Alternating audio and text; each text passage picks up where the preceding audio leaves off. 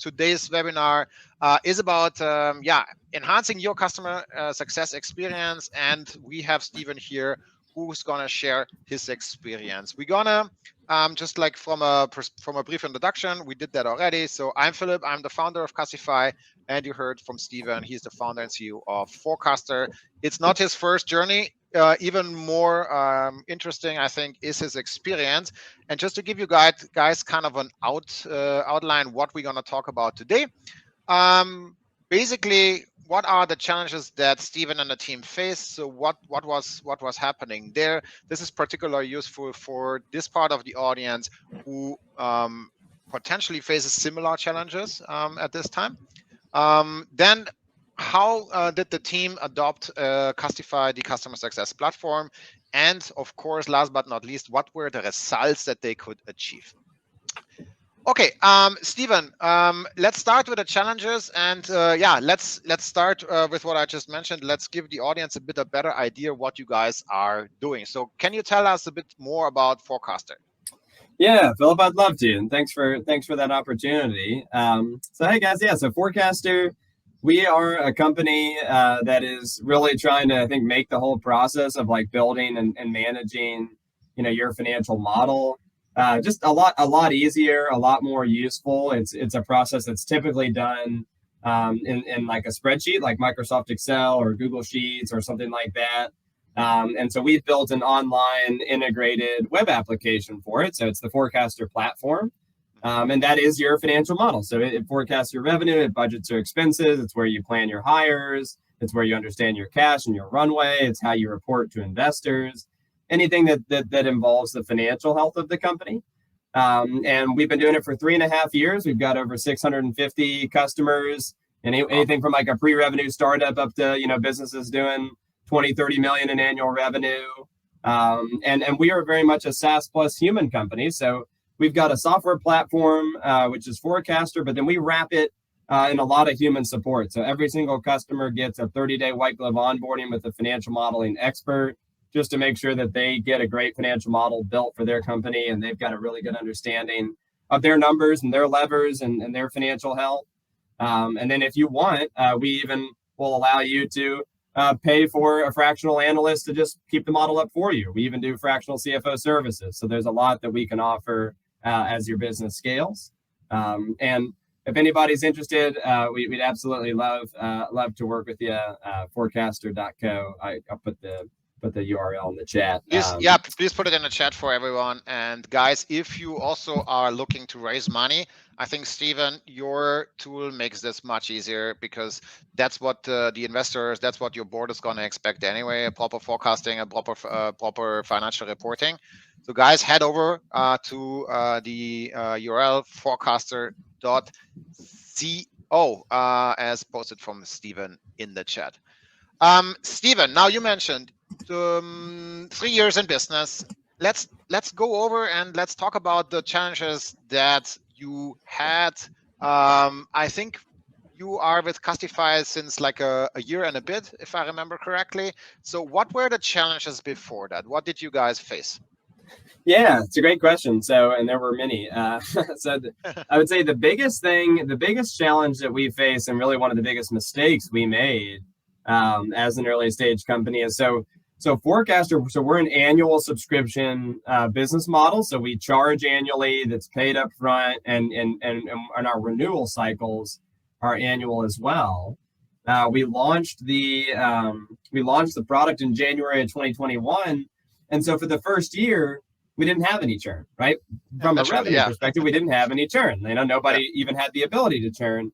And one of the biggest mistakes that we made was not really having great visibility into our customer activity and behavior. So the one that's on the bottom of the screen there, it wasn't until late in 2021 when I kind of woke up and I was like, oh shit, we're about to start renewing customers. Are people even using this thing? You know what I mean? And so we went in there to look, and we didn't really have very much visibility into that, so we couldn't really see it. When renewal cycles started to occur in early 2022, our churn was really high. And we realized that, in fact, a lot of our customers had a great onboarding and they really loved it. And the analyst was there. It was super easy. But then afterwards, they were really having a hard time operationalizing the model and using it. So that churn was really high and our visibility was really low. So our ability to fight the churn, was relatively low as well. So that was a really big problem for us. And because the churn was so high, it was really kind of existential. So we were like, oh, man, we really need to we really need to solve this problem. Like, we need to understand our customer behavior and their activity. We need to understand kind of like our customer health, basically, like how healthy are our customers, how active, how much value are they getting, so that we can bring churn down. And that's when we started looking for solutions, and that's when we ended up going with Custify.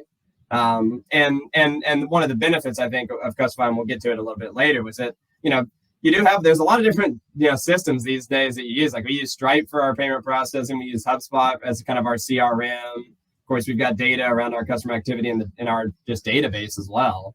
And so we really wanted to find a way to get like a single source of truth. That's something that we care a lot about. So that it would be easy to manage, and so you'd be able to go to one place and like see how things are going. Right. But yeah. And Stephen, when you mentioned churn was high, when that kicked in, or when the first renewals came in, was there already kind of a team in place, like a customer success team in place? I think this is also interesting for the audience. When did you start actually hiring a dedicated resource, dedicated team even, to look into that? Was that before you started looking into Custify? Was that while you were actually realizing it? Or when did you actually look into hiring the first persons in the team? Yeah, it's a great question. I'd say it was really so not from a hiring perspective, but from like a responsibility perspective, is really all at the same time. And so I'll unpack that by saying, annual subscription business, 30-day white glove onboarding. So like, we had a team of analysts doing the onboarding. So they were in charge of onboarding. They're in charge of activation. They are, in a sense, a customer success manager, their account manager, whatever you want to call it. They are, a representative of the company that is there to assist the customer. But the vast majority of our focus was on that first month, like how our model's getting built, or the yada yada. Right. We weren't really tracking, and we had no way to track their activity and behavior and health on a post-onboarding basis. And we weren't really doing anything there. We were just kind of letting them fly, and so when we finally got some visibility into that, saw the activity was low, the churn started coming in really high, we immediately said, okay, like, well, that onboarding team, they really need to be more of a customer success team. And we made the call to just have those analysts just manage the relationship throughout the customer's life cycle.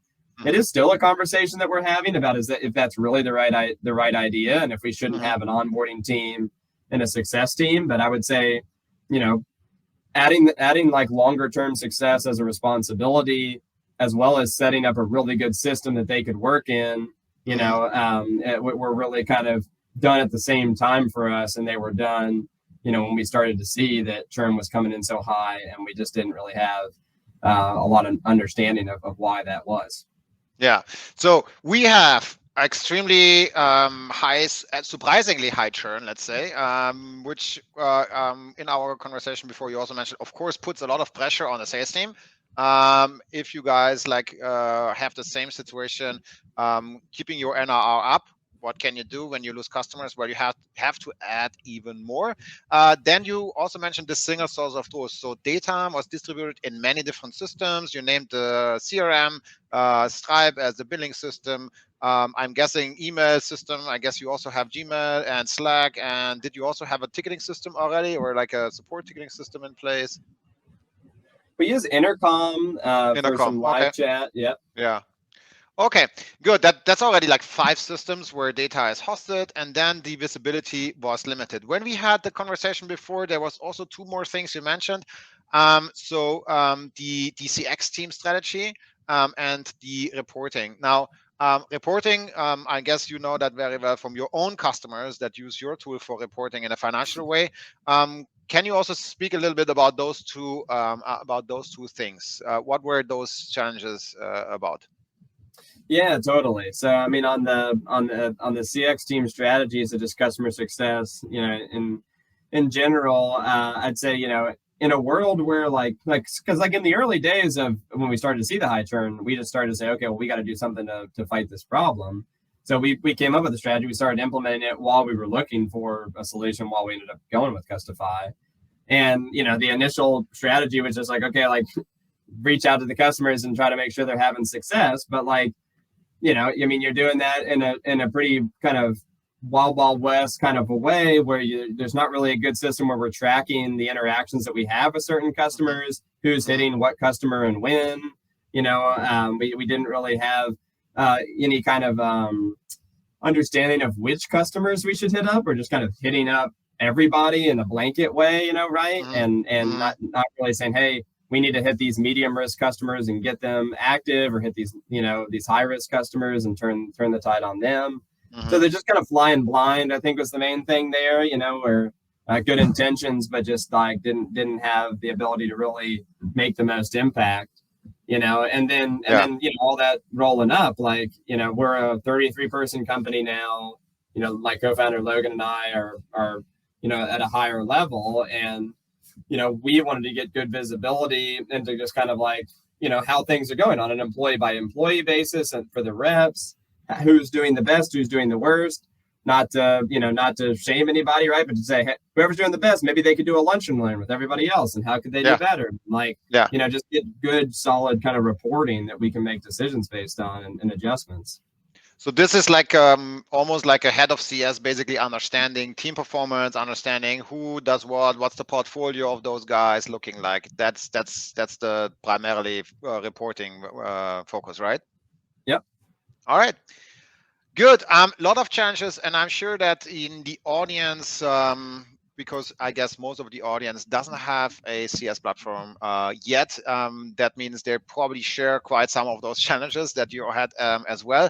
Let's go into a solution mode. Let's see what you did and how Custify worked, and we can start with this challenge you had, where you mentioned all the data was in different systems. I can see here Intercom, Stripe, those two that we already talked about, Gmail and HubSpot being your CRM. And then there's this, then there's your logo. So can you explain a little bit to the audience what kind of data is relevant for you as in customer success? What are the things that you are sending to Custify from your own product? From Intercom, we get the support answers and questions. From Stripe, we get all the renewal data, the MRR, the revenue data, the invoices. From Gmail, we get all the meetings and the emails. From HubSpot, naturally, all the conversations your sales team has. Quick question before we go to answer the previous one. Are you guys more a sales-driven organization, product-led growth, somewhere in the middle? Can people just go and sign up? Or do they go through a sales process, which is typically the case for Custify at least? People would talk first to a sales rep, and then they would kind of go and start with Custify. How is that for you? Yeah, so we're sales driven in that way as well. Marketing kind of drives the leads in, so we do a lot of inbound lead gen. But then we run everybody through a sales demo, and that's how folks get an understanding of Forecastr and get on. Okay. Good. Then guys in the audience, so Custify is a tool that can connect to, I think, 25 by now, different kind of already used software applications. Your CRM, is it Outlook or Gmail? So your email gateway and your place where you host your meetings. Stripe, ChargeBee, Recurly, all those that manage your revenue, and a lot of support tools, Intercom, Zendesk, etc.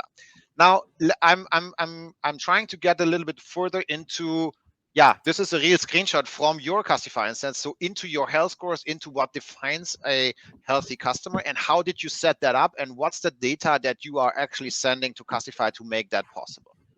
Yeah, so the big one as far as like data from our database is event data and activity data. So like, we need to understand, if the customer has a subscription and the interactions with sales and the communication and stuff, but we need to understand like the actual customer behavior and activity. Like, are they even logging into Forecastr? Are they updating their financial model? Are they viewing their financials? Are they sharing that information with investors or their other team members? Like, what are the critical behaviors that we believe we need to see in order to assume value creation, right? It's like, if someone's not using the product, they're not getting value. So like, if they are using the product, what are the key behaviors that they should do each month, which signal to us that they're in fact getting the value that we want to provide?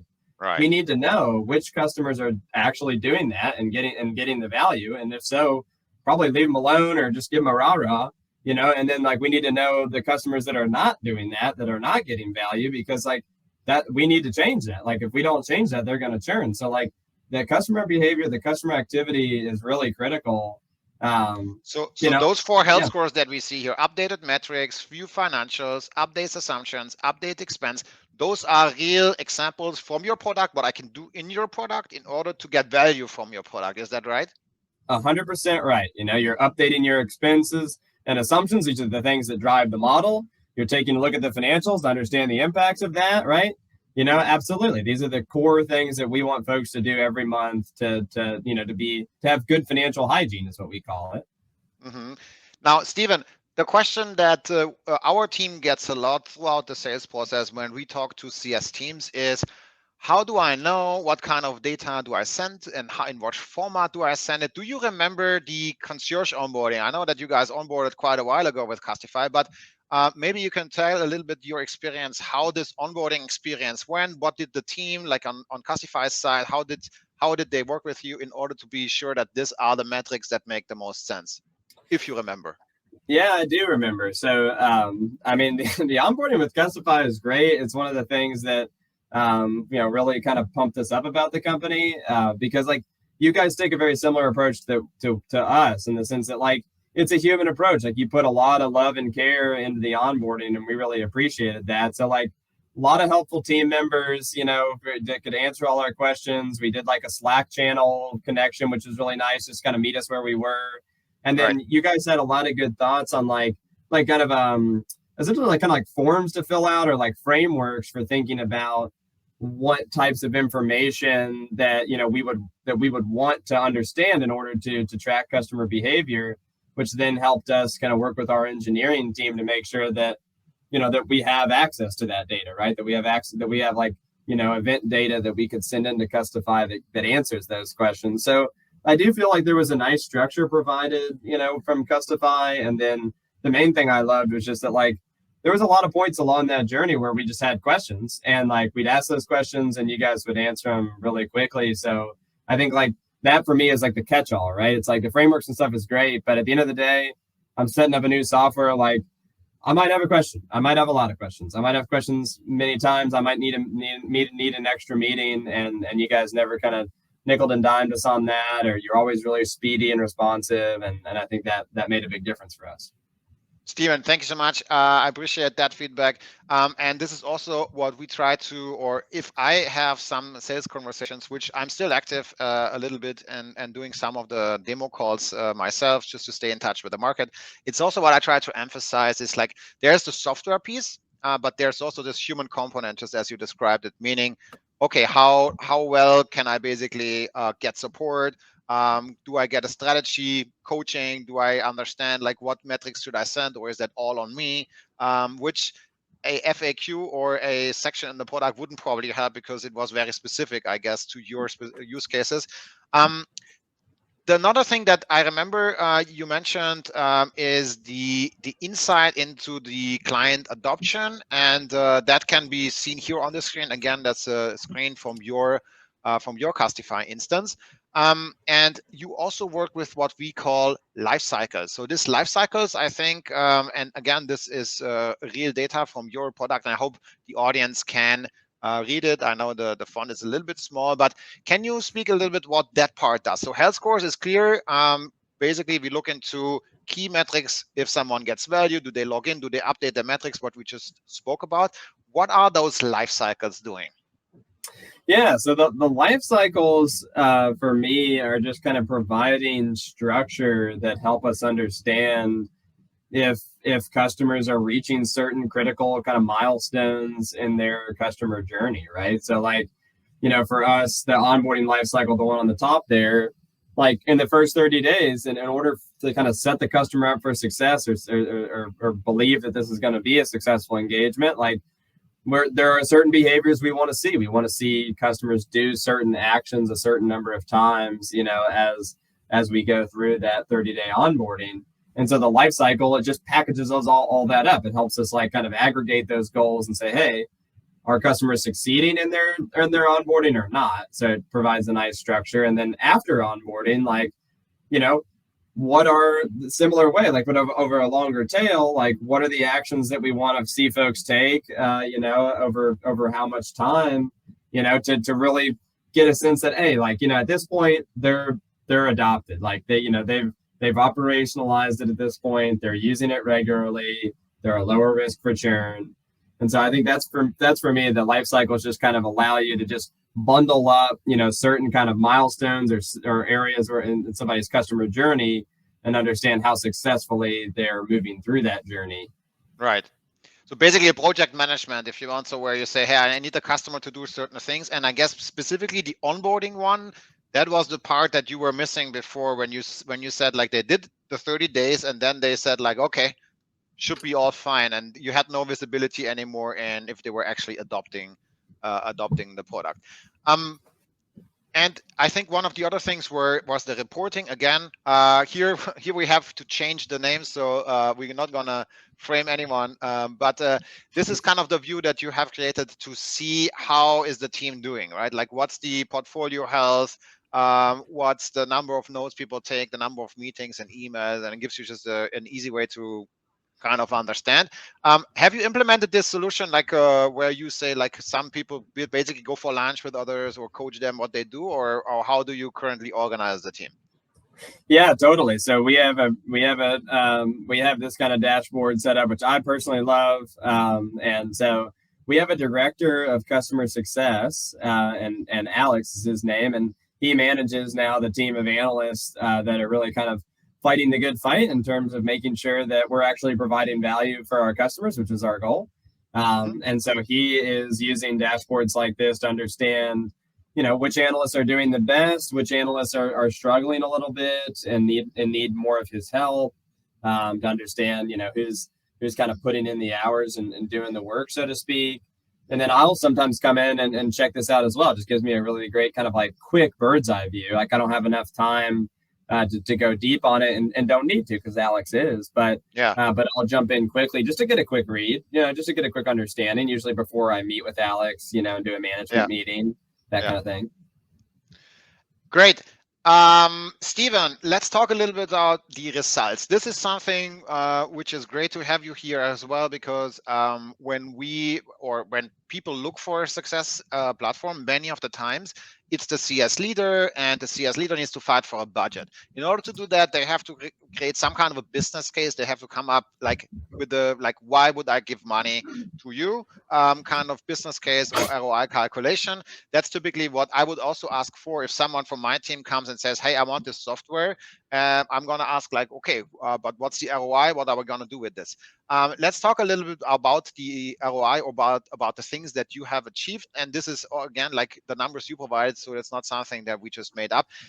Churn, you mentioned, was a big problem when it kicked in. And can you tell us, or can you tell the audience a bit more, like, what is the situation now?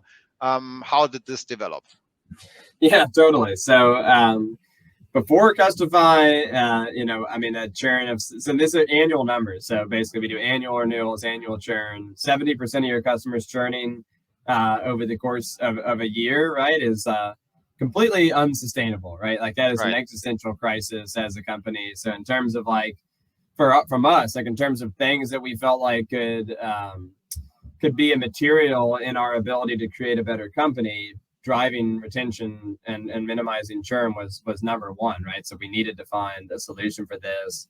And like you said, it's been a little bit over a year. So we've been a little bit over a year with Custify, and kind of really getting our house in order on the customer success side. And we've cut it down a lot. I mean, it's down to 33% annually.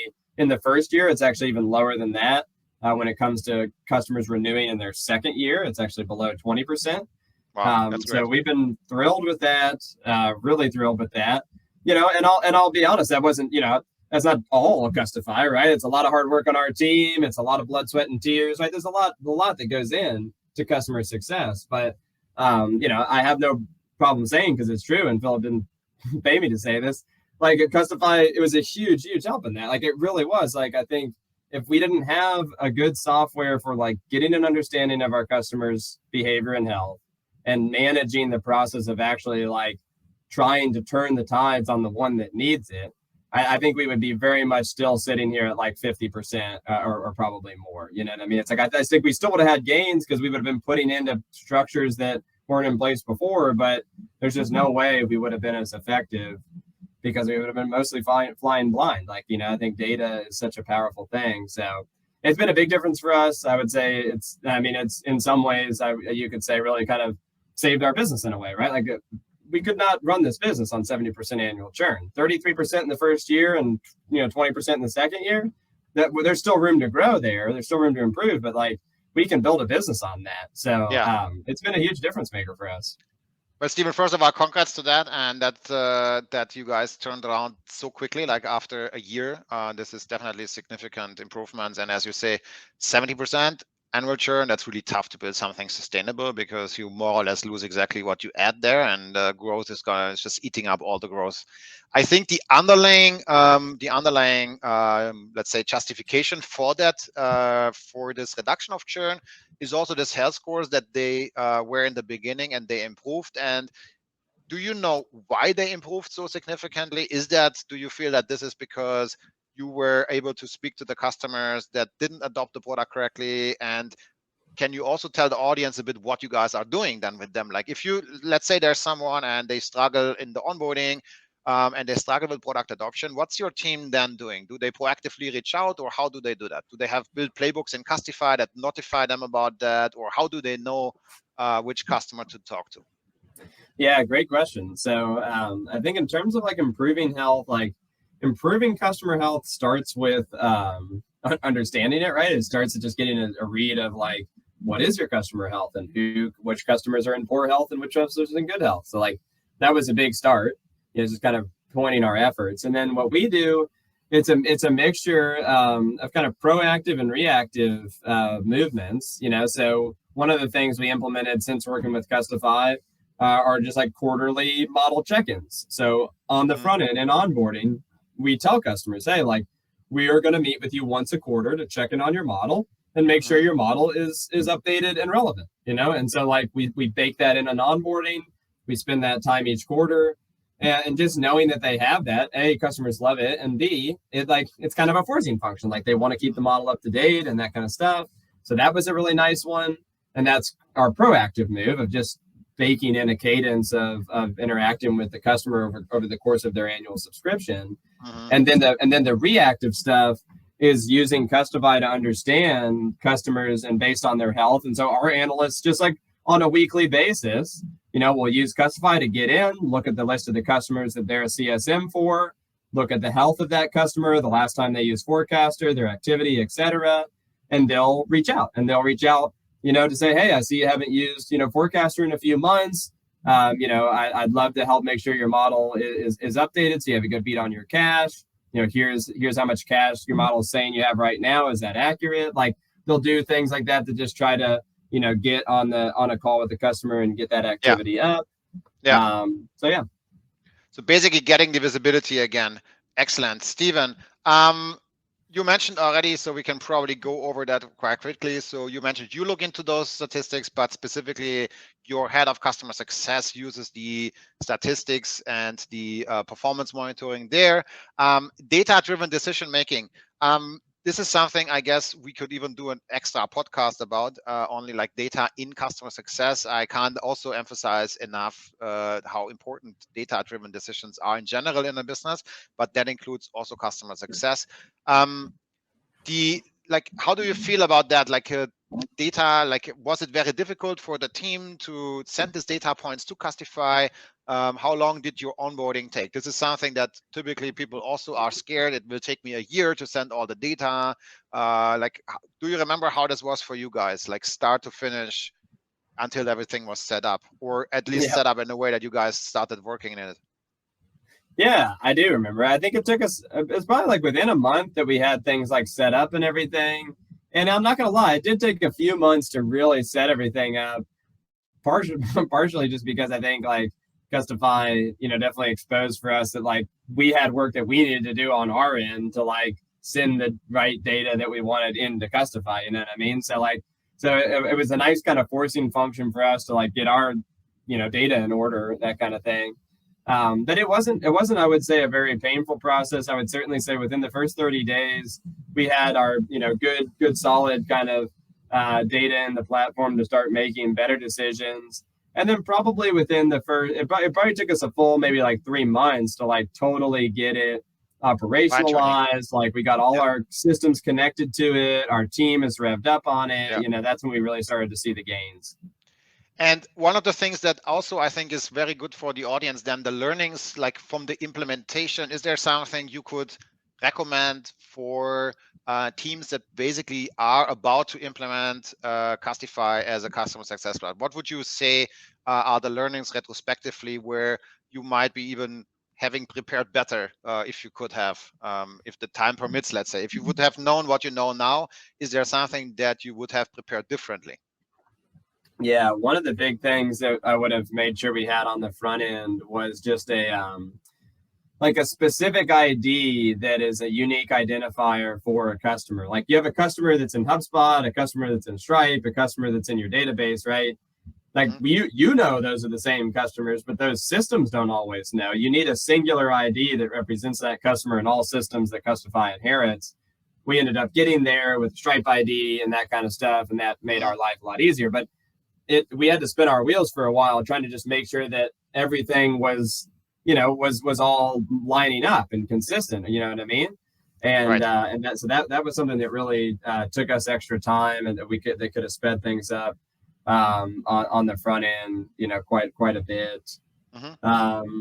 Otherwise, I think one of the things that we did do well when it came to implementing was like, the frameworks that you guys offered, Philip, were really useful. But, coming in the front, like we had a good idea of like what behavior we wanted to track and what activity we wanted to see and like what we wanted to get done. You know what I mean? Like, and so that was able to really kind of speed things up, because like we weren't coming in there like, I don't really know, we just think we want something. Like we were coming in there like, no, like we want to be able to track these events and we want to be able to understand it in these ways. And we were pretty particular, and so that was just good for kind of throughput. Yeah. So I think, know what you want to get out of it, know the activity and behavior you want to track, and then make sure you do have like good, clean kind of data that because you're going to have these customers in multiple systems, make sure, you have unique identifier for them so that everything can all get plugged up and be consistent.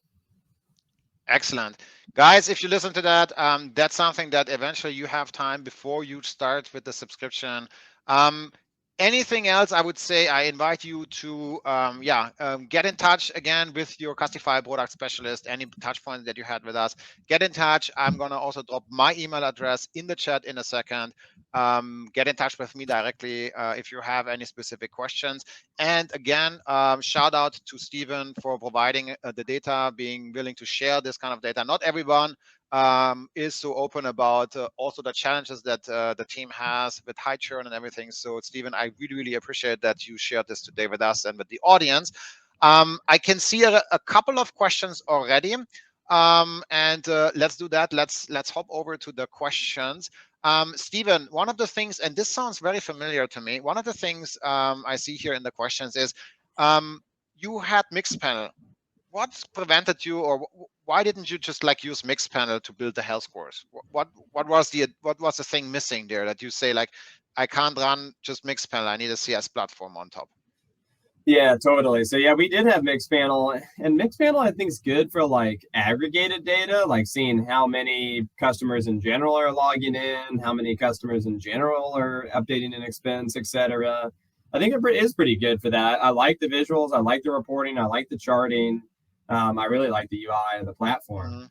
I think where Mixpanel really falls down is on that like discrete customer behavior, that individual customer behavior. Like Mixpanel does not do a very good job of telling me this is how this customer is behaving and this is how healthy this customer is, and that was really what we were looking for. Like we wanted to understand on a customer by customer basis how much success are they having in the platform, and we weren't able to get that with Mixpanel.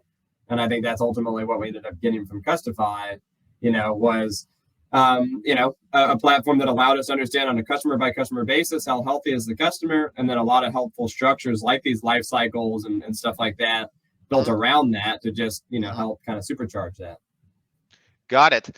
The same question I can actually see, and that's true. I also hear that. Well, I have HubSpot. I can build that out in HubSpot.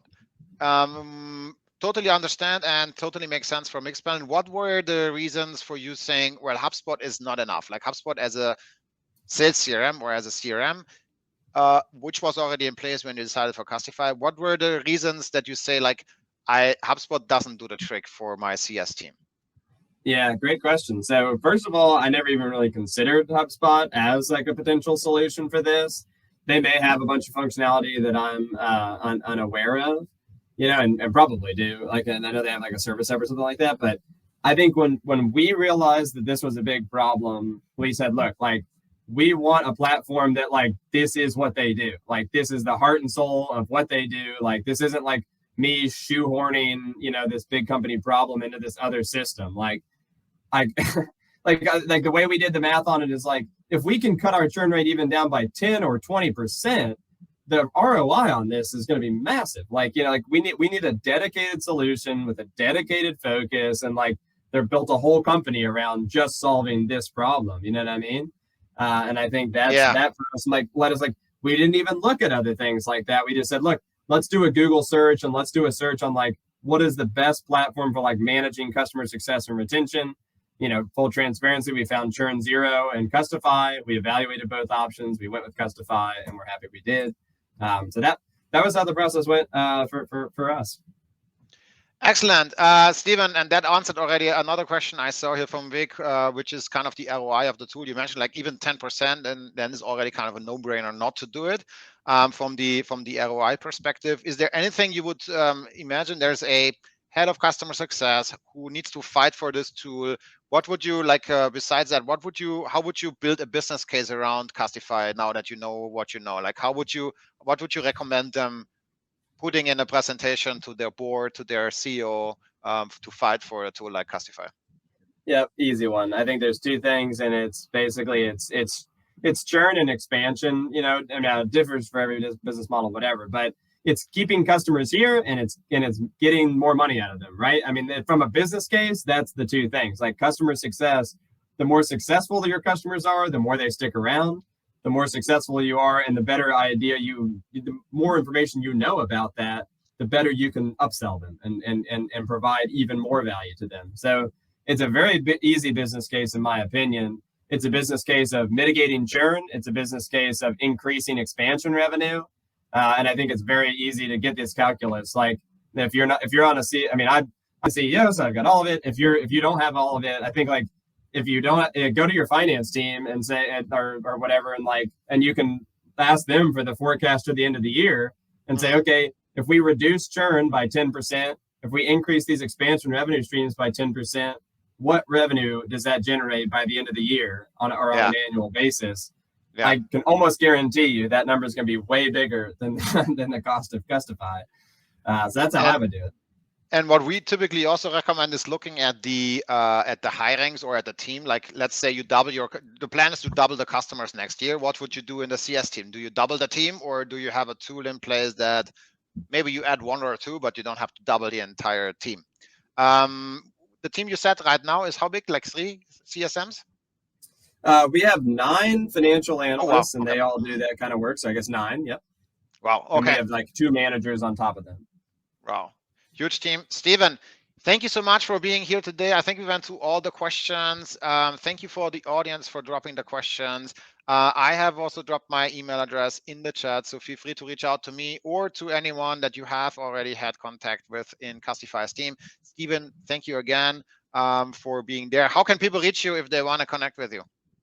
Yeah, absolutely. Well, thanks so much for having me here, Philip. It's a pleasure. And I'm putting my email in the chat, but Stephen@forecastr.co is my personal email. So if I can be helpful in any way or answer any additional questions as you evaluate, Custify, happy to do that. Very happy customer.